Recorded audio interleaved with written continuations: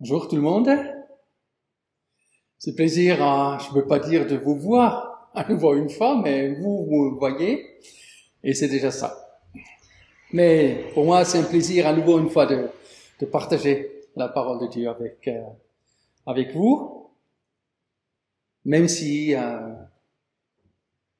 vous m'avez pas donné le texte le plus facile, mais ça, c'est une autre question. Je pense qu'on va commencer tout de suite avec lire le texte qui m'a été donné en Apocalypse chapitre 3, les versets 7 à 13.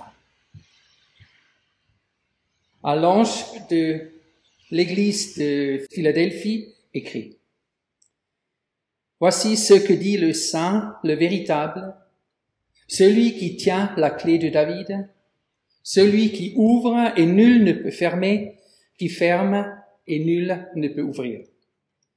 Je connais ta conduite. Voici, j'ai ouvert devant toi une porte que nul ne peut fermer. Je le sais. Tu n'as que peu de puissance. Tu as obéi à ma parole et tu ne m'as pas renié. Eh bien, je te donne des membres de la synagogue de Satan. Ils se disent juifs, mais ne le sont pas. Ils mentent. Je les ferai venir, se prosterner à tes pieds et reconnaître que moi, je t'ai aimé. Tu as gardé le commandement de persévérer que je t'ai donné. C'est pourquoi, à mon tour, je te garderai à l'heure de l'épreuve qui va venir sur le monde entier pour éprouver tous les habitants de la terre. Je viens bientôt. Tiens ferme ce que tu as pour que personne ne te ravisse le prix de ta victoire. Du vainqueur, je ferai un pilier dans le temple de mon Dieu. Il n'en sortira plus jamais. Je gravirai sur lui le nom de mon Dieu et celui de la ville de mon Dieu, la nouvelle Jérusalem, qui descend du ciel d'auprès de mon Dieu, ainsi que mon nouveau nom. Que celui qui a des oreilles écoute ce que l'Esprit dit aux églises. Apocalypse chapitre 3, les versets 7 à 13. Philadelphie, le 8e plus grande ville des États-Unis, ancienne capitale. Pour un an au moins, en 1790, avant que Washington a pris sa place. Une ville pleine d'histoire. Fondée officiellement en 1681 par William Penn, un Quaker anglais qui prônait l'égalité, la tolérance et la non-violence. La ville est vite devenue un refuge pour tous ceux qui étaient opprimés par leur foi. Non, bien sûr, ce n'est pas la bonne ville. Dans la Bible, dans Apocalypse, nous parlons d'une ville antique, de la région de Lydie, fondée en 189 avant Jésus-Christ, par Eumène II, roi de Pergame. Une petite ville sans histoire. Nous ne savons pas qui a implanté l'église évangélique à Philadelphie. Paul n'a jamais mis les pieds. Mais l'église chrétienne existait jusqu'au XVe siècle, avant que la ville de Philadelphie ait été conquise par les Turcs. Et aujourd'hui, c'est la ville de Al-Azhar, ou Al-Azhar, qui est à la place. Alors, encore une petite chose pour introduire ma méditation. À l'Institut public, où j'ai fait mes études, les lettres d'église dans l'Apocalypse, ils étaient écrits pour les différentes époques dans l'histoire de l'église. Alors, par exemple, la lettre à Philadelphie était pour le 18e et le 19e siècle, l'époque de grand réveil, les débuts des missions dans le monde entier, le temps où l'Église était fondée et fortement ancrée dans la parole de Dieu. Et par exemple, l'Odyssée, le 7e, c'est l'Église moderne, Une église qui se croit riche, mais qui est pauvre. Une église molle et tiède. Mais ça, c'est pas à moi de vous en parler, hein. Moi, je vais vous parler de Philadelphie. Une église sans reproche, figurez-vous. Une église, et ça, vous allez encore entendre plusieurs fois, une église en bonne santé. Et voilà. Devant la question que je me suis posée en préparant ce message. Comment devenir une église en bonne santé? Pour un pasteur, une église de bonne santé, c'est quand même le rêve. Pour moi, si, c'est le rêve. Depuis que nous avons commencé à pomper, c'est toujours mon plus grand rêve. Peut-être même avant d'avoir une grande église, super dynamique de la mort qui tue.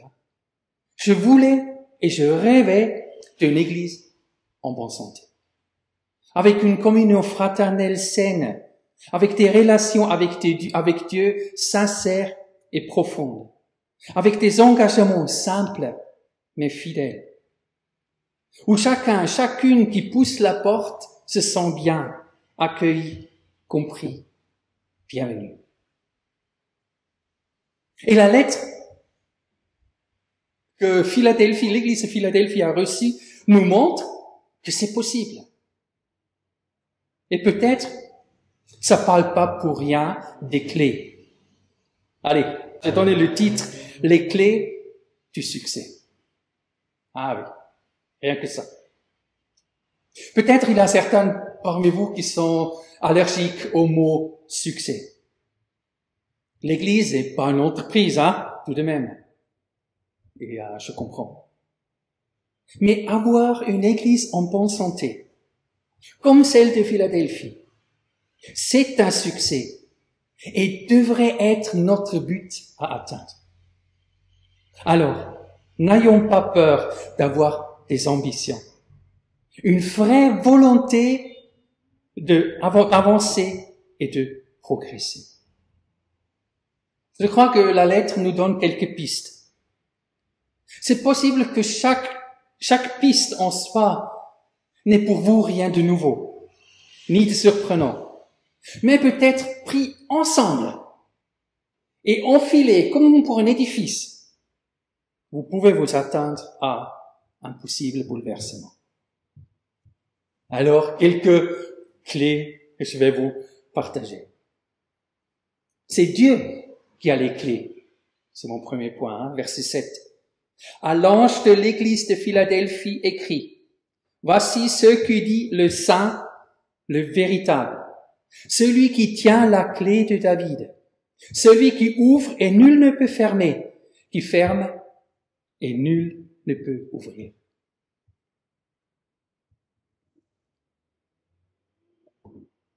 Dieu nous est présenté comme le saint et le véritable. Deux des attributs majeurs de notre Dieu. Je suis saint, dit Dieu. Sur lui-même, quand il demande que nous vivons sainement. Soyez saints, car je suis saint. Lévitique 19, verset 2, et aussi 1 Pierre 1, verset 16. En Dieu, il n'a pas d'ombre. Il n'y a pas de recoin quelque part. Il n'y a rien de caché, rien de faux. C'est Dieu, c'est la pureté absolue. Ésaïe a écrit il y a longtemps, « Saint, Saint, Saint est l'Éternel des armées. Toute la terre est pleine de sa gloire. » En Ésaïe 6, verset 3. L'église de Philadelphie est devant le Dieu 3 fois saint. Comme l'église de Villers, d'ailleurs. Et si nous voulons être une église en pleine santé, il faut d'abord nous mesurer à cette sainteté de Dieu. Après ça, la lettre nous parle du Dieu véritable. Le véritable, on peut certainement aussi comprendre comme le Dieu unique, le seul vivant, le seul qui est véritablement Dieu, le vrai. Mais on peut peut-être aussi le comprendre comme le Dieu de toute vérité. Ce Dieu qui est contre tout mensonge, toute tromperie, toute fourberie, tout non-dit et toute demi-vérité. En fait, toutes ces choses qui font tellement de mal à tellement d'églises. Une église en bonne santé doit se mesurer à lui, le Dieu saint et véritable. Le Dieu qui est en possession des clés, le clé de David, c'est marqué ici, c'est-à-dire le clé du royaume de Dieu. C'est Dieu qui a les clés pour notre santé spirituelle.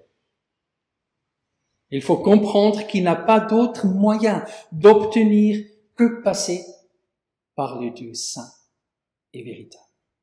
Ni pasteur de oufin, ni programme de rêve, ni théologie de malade, ni hygiène de vie, ni une communication sans faille nous donne les clés pour devenir une église en bonne santé. C'est simplement lui. C'est lui qui ouvre les portes, parfois par sa grâce. C'est lui qui ferme, parfois, dans sa grâce. Et ça n'a pas de sens, de s'acharner sur les portes que Dieu a fermées. Ça n'a pas de sens de rentrer dans les portes où Dieu veut pas qu'on rentre. Alors, avant qu'on parle de quelques points pour améliorer la santé de notre Église, il faut parler de la relation que a cette Église avec son Dieu. Tout ce qui va suivre est entièrement lié à cette relation. Et à partir de là, nous pouvons commencer notre travail de rétablissement. C'est comme je suis pas spécialiste du tout, mais si quelqu'un, moi j'ai lu des témoignages qui a fait un accident très grave, qui a perdu par exemple l'usage de ses jambes, etc. Et après il y a la rééducation pour à nouveau utiliser les membres et marcher. Mais avant qu'il arrive à marcher, il faut que dans la tête, c'est clair, je veux faire tout ça. Je veux tout faire dans ma vie pour à nouveau réussir à marcher. D'abord, il faut que ça soit clair dans la tête. Alors pour une église en bonne santé, il faut d'abord soit clair dans notre tête, notre relation avec le saint et le véritable. Alors, une des clés, la puissance de l'humilité. Versets 8 et 9. Je connais ta conduite. Voici, j'ai ouvert devant toi une porte que nul ne peut fermer. Je le sais. Tu n'as que peu de puissance. Tu as obéi à ma parole et tu ne m'as pas renié. Eh bien, je te donne des membres de la synagogue de Satan. Ils se disent juifs, mais ne le sont pas. Ils mentent. Je le ferai venir se prosterner à tes pieds et reconnaître que moi, je t'ai aimé. Après les deux versets, on peut presque penser un peu que Philadelphie vit la même situation que Paul et Barnabas pendant le premier voyage missionnaire. Actes 13 et 14. Non, vous savez pas, mais je vais vous le dire. Ce qu'ils racontent à la fin du voyage. Ils disent, à leur arrivée, quand ils rentrent en Antioche à nouveau, ils réunirent les membres de l'église et leur racontent tout ce que Dieu avait fait avec eux.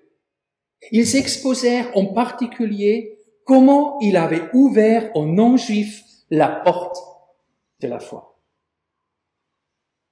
Comme Paul et Barnabas, l'Église est en conflit avec la communauté juive. Dans le chapitre 14, oui, il faut lire à la maison, les Juifs, ils font tout, vraiment tout, pour empêcher l'évangélisation de Paul et de Barnabas. Il essaye par tous les moyens de détruire l'œuvre du Seigneur.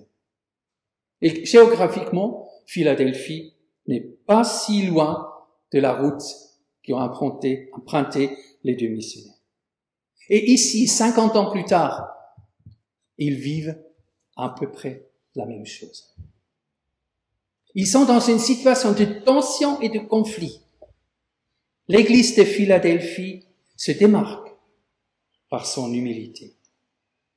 Ils sont conscients de leur statut et ils savent qu'ils ne sont pas la mega church. Alors ils se basent, ils se concentrent sur leur force. Et c'est quoi leur force? L'obéissance envers la parole de Dieu et la fidélité. Deux des indispensables pour vivre une vie spirituelle saine. Remarquons que, presque on peut dire, c'est le contraire de ce que Laodicée a vécu. C'est la lettre qui va suivre. Hein. Tu dis, je suis riche, j'ai amassé des trésors, je n'ai besoin de rien. Vous voyez la différence? À Philadelphie, le Seigneur dit, eh bien, je te donne les membres de la synagogue de Satan. Ils se disent juifs, mais ne le sont pas, ils mentent. Je les ferai venir se prosterner à tes pieds et reconnaître que moi, je t'ai aimé. À Laodicée, le Seigneur va dire, et tu ne te rends pas compte que tu es misérable et pitoyable, que tu es pauvre, aveugle et nu. Sommes-nous conscients? Sommes-nous seulement conscients de la puissance de l'humilité? Et je ne le dis pas à cause de genoux que les adversaires vont plier. Je le dis à cause de cette phrase tellement incroyable que le saint et le véritable va prononcer sur l'église d'Éphèse et reconnaître que moi, je t'ai aimé. L'humilité, le premier pas vers le rétablissement, vers une église en bonne santé. Et je continue avec le verset 10. Les bénédictions d'un partenariat. Tu as gardé le commandement de préserver que je t'ai donné. C'est pourquoi, à mon tour, je te garderai à l'heure de l'épreuve qui va venir sur le monde entier pour éprouver tous les habitants de la terre. Oui, on peut... ici, c'est traduit, tu as gardé le commandement de persévérer. On peut aussi traduire peut-être par, tu as gardé mon commandement avec persévérance. Mais je ne vais pas m'attarder sur les subtilités des différentes traductions. Ni maintenant d'essayer, voilà, c'est quand l'heure où le Seigneur va revenir, est-ce que c'est dans l'époque, est-ce que c'est dans l'histoire, est-ce que c'est un avenir proche, est-ce que c'est bientôt, hein? J'aimerais plutôt me vite focaliser sur les deux garder. Tu as gardé, je te garderai. Dans la Bible, moi je crois de A à Z, depuis la création du monde, Dieu avait toujours un partenariat en tête. Il voulait depuis toujours un partenariat avec lui et avec les hommes. L'idée derrière ce partenariat n'est pas de conditionner une relation. Un peu dans l'idée, si tu es gentil, alors moi, je suis aussi gentil avec toi. Non. C'est pas non plus un jeu de pouvoir. Non. L'idée, c'est le respect. Un respect mutuel. Avons-nous seulement conscience dans quelle mesure Dieu nous respecte? Dieu respecte le choix qu'on fait, malgré ils sont souvent vraiment le contraire peut-être de ce que Dieu veut. Mais Dieu nous respecte. Alors, voilà, dans ce partenariat, Dieu aime, Dieu veut que nous les respections aussi. Dieu ne nous donne pas ses commandements pour nous pourrir la vie, mais pour nous aider à avoir une vie saine et en bonne santé spirituelle. C'est ça que Dieu veut pour nous. Mais elle est seulement possible si nous travaillons main dans la main avec le Seigneur.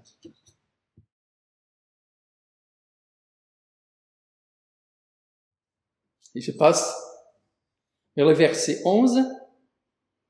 Ne rien lâcher. Verset 11, je viens bientôt. Tiens ferme ce que tu as pour que personne ne te ravisse le prix de la victoire.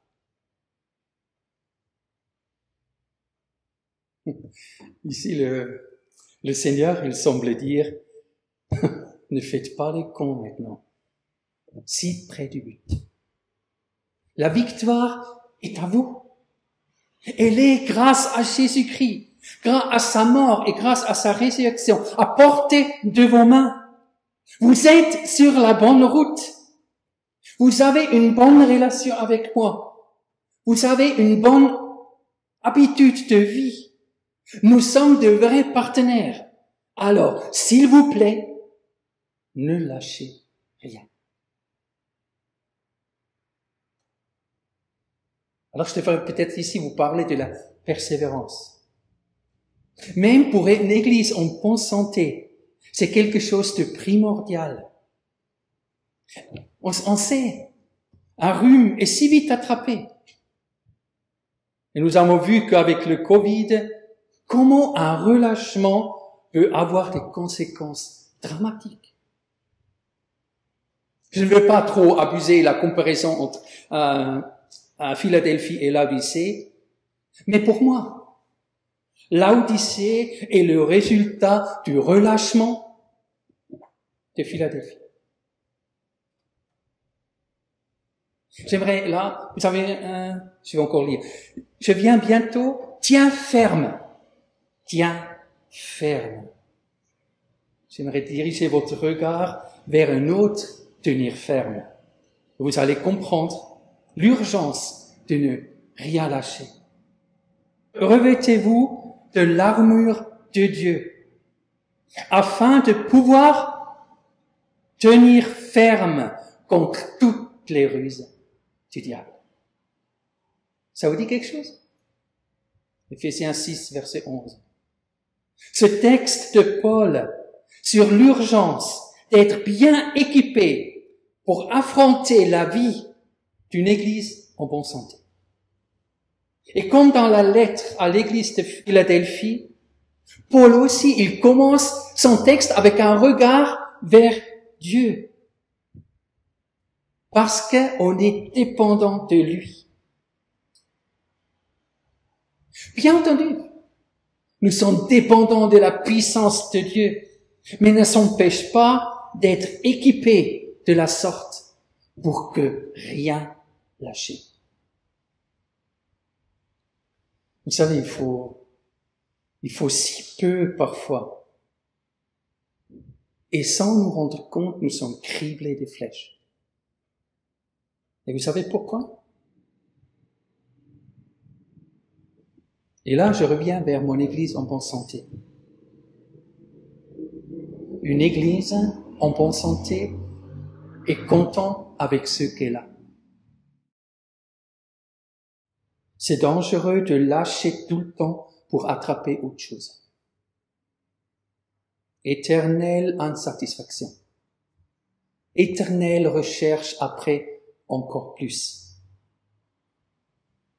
Et plus nous lâchons, plus nous sommes en danger de lâcher.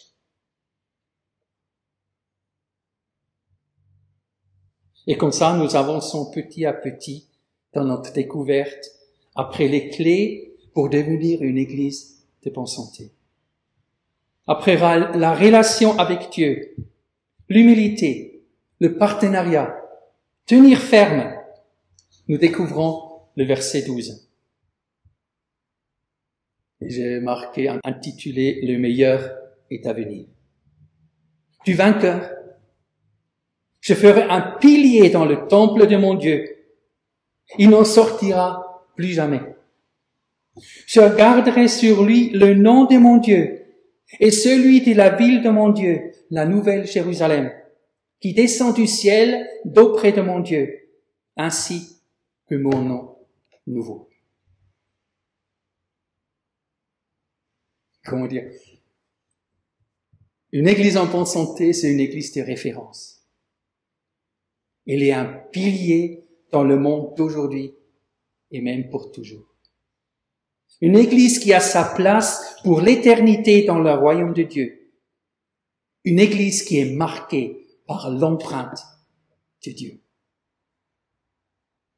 Ce n'est pas quelque chose qu'on peut chercher ou essayer d'atteindre ou tout faire pour l'obtenir. Non, c'est une récompense. C'est ce que Dieu accorde à l'église de Philadelphie.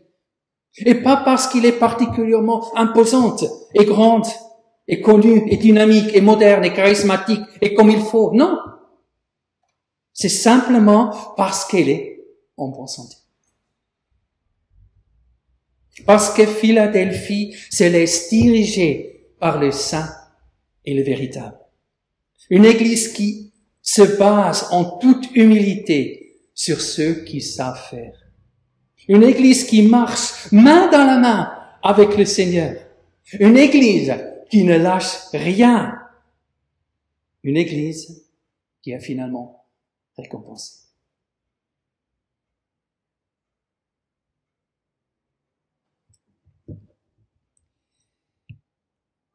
Et si cela est trop pour vous, trop tiré par les cheveux, trop théorique ou simplement trop de mots, alors je vous laisse le verset 13.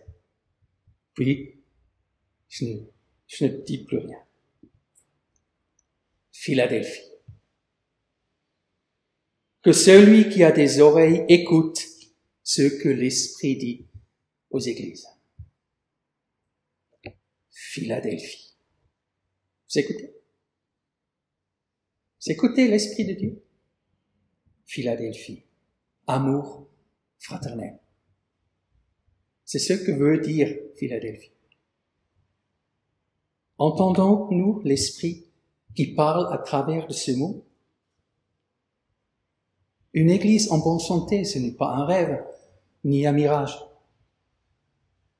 Une église en bonne santé est à portée de nos mains parce qu'elle dépend de nous. De chacun de nous. Elle dépend de ton amour pour les autres.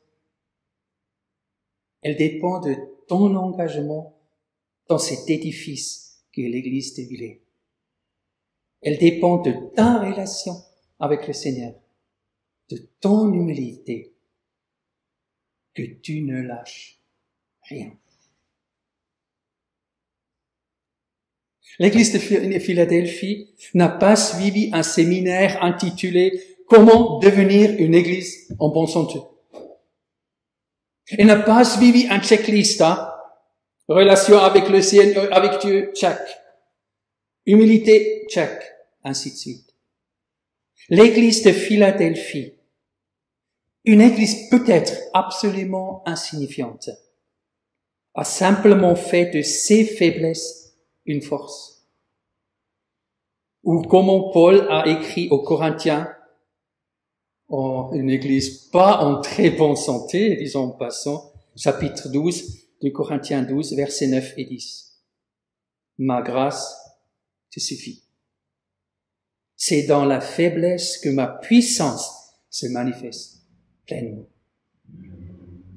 C'est pourquoi je me vanterai plutôt de mes faiblesses, afin que la puissance du Christ repose sur moi. Je trouve ainsi ma joie dans la faiblesse, les insultes, la détresse, les persécutions et les angoisses que j'endure pour le Christ. Car c'est lorsque je suis faible que je suis réellement fort. Amen.